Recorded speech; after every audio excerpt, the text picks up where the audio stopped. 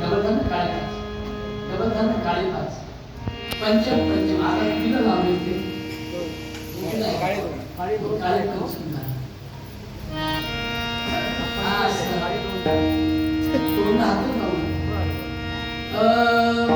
उठी लवकरी त्वरा तू करी. आई म्हणायची बाळा, अरे लोकांची पोरं शिकलं पाहिजे, संघटित झालं पाहिजे, संघर्ष केला पाहिजे. आपल्या दुखण्यावर, आपल्या अन्यायावर, आपल्या वंचिततेवर न्याय मागण्यासाठी बाळा तू शिकला पाहिजे रे. माझी आई मला खूप हट्ट करायची. तू माझ्या आईला प्रदर्शनात पाठवायला सांगतेस. आई म्हणायची उठी लवकरी त्वरा तू करी, नंबर पहिला घेई. उठी लवकरी त्वरा तू करी, नंबर पहिला घेई. लाडक्या बाळा शाळेत वेगी जा.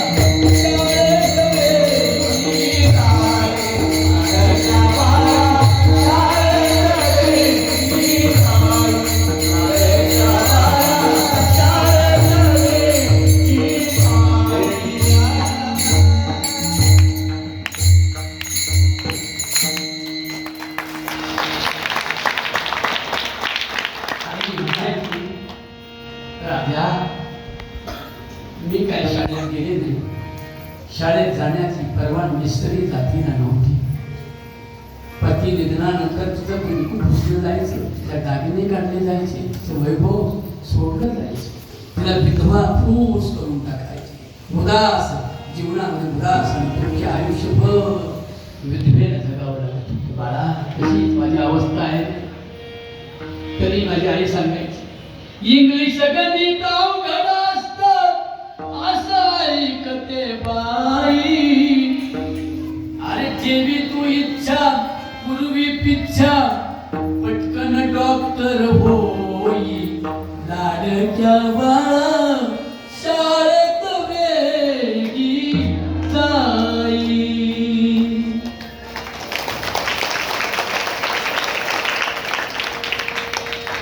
अशा माझ्या आईने मला ग्रॅज्युएट केलं ग.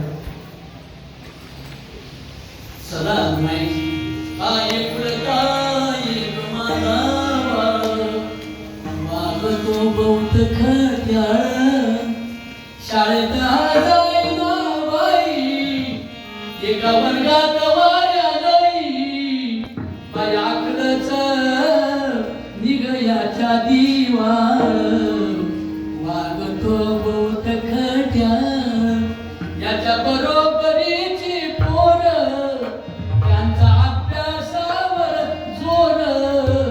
आई म्हणायची हातवरी ग पोरात खेळतो खेळ वागतो बहुत खट्याळ अशा आईने मला मोठं केलंय आज मोठा अधिकारी झालोय मग आईने माझं लग्न केलंय आणि 2 दिवसामध्ये माझ्या आईला तू घर सोडायला नव्हतेच ग असं करू नकोस ग बाळाच्या डोळ्यात अश्रूंचा पाऊस बरसला केळीच्या पानासारखं बाळ थरारलं नको ग माझ्या आईला खरं सुट बाळा काळजी नको मला ना या फॅनची हवा जास्त त्रास करते मी माडीवर जाऊन राहते पोराची आईवरती माडीवर आणि माडीवर कळलं ना कचरा झुरळ मुंगी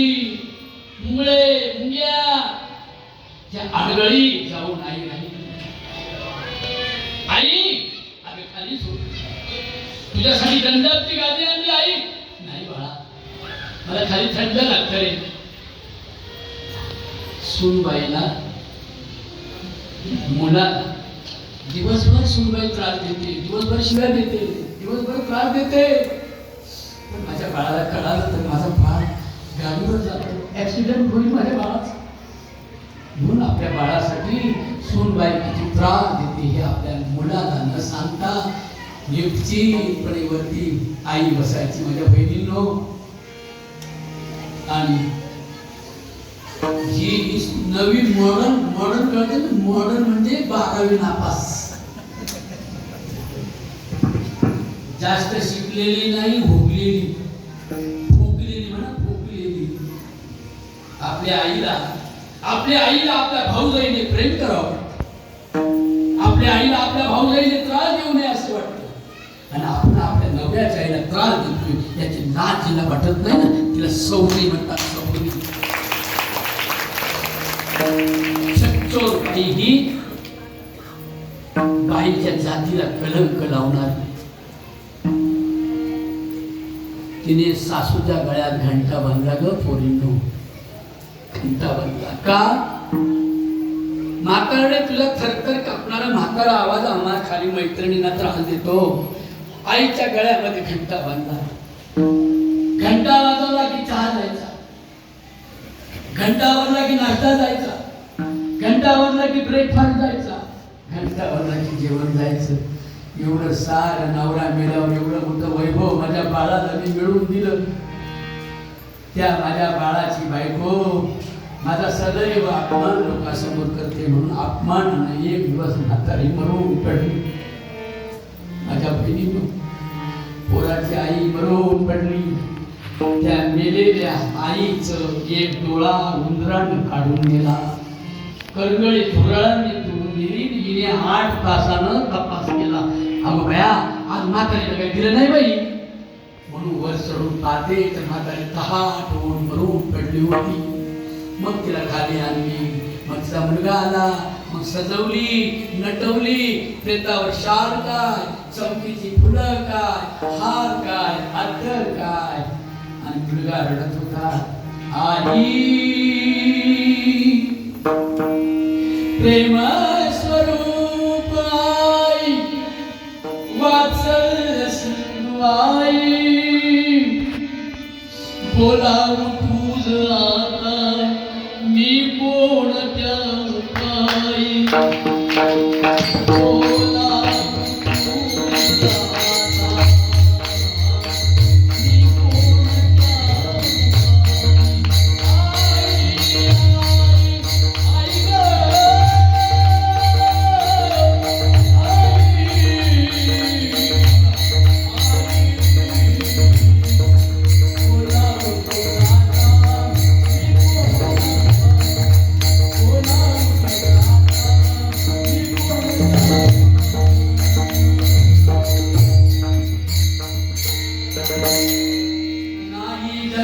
झाली आबाळ या जीवाची आई मुनी व चित्ती हृदयी तुझीच जाची याई तू मायने करूनी तू गाय वासरूनी ताटा तुझी झाली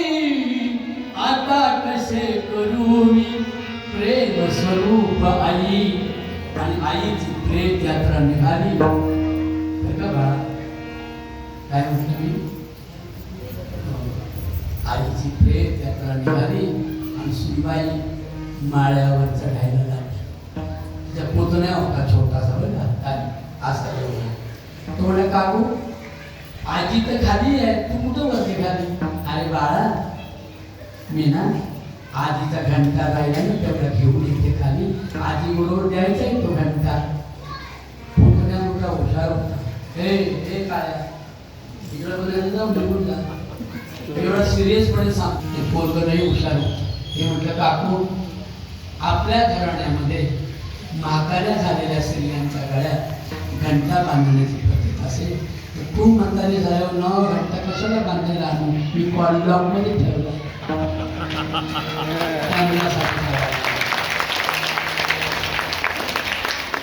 म्हणून आई आणि मी आपलं साथ सर्वस्व आहे आपला थोरला भाऊ आपल्यासाठी राब लागतो म्हणून मी ग्रॅज्युएट झालोय सदैव आठवण ठेवली पाहिजे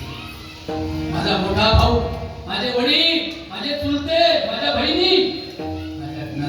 माझ्या सगळ्या माझे नातेवाईक माझे साक्षात अशा प्रकारची भावना ज्याची होते त्याला संत सावता महाराज एक सावता होऊन नाही जमणार कांदा मुळा भाजी कांदा मुळा भाजी कांदा मुळा भाजी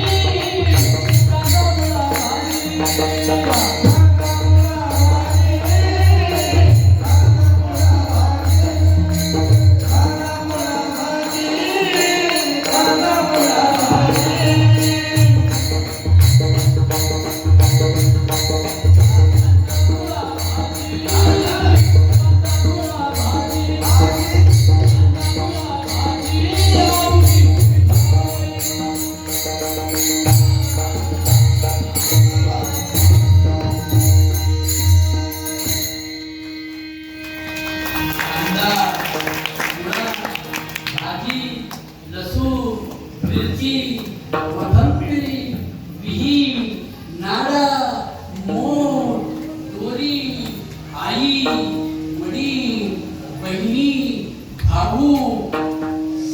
नातेवाईक सारी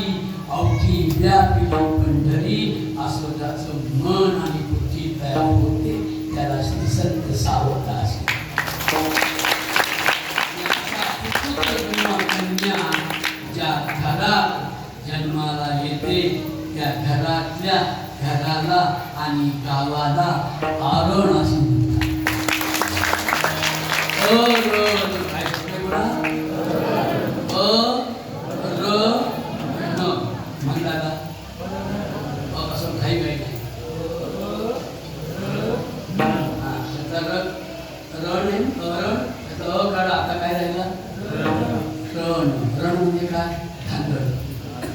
लढाई रणांगण म्हणजे काय बरोबर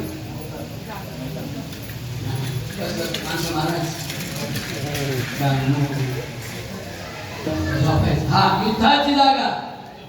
रणांगण म्हणजे काय लढाईची जागा युद्धभूमी तसे आपला अंतःकरण युद्धभूमी आहे ते लढाई आहे पण 2 तास नाही रात्र दिवस आम्हा युद्धाचा प्रसंग आंतरबाह्य जन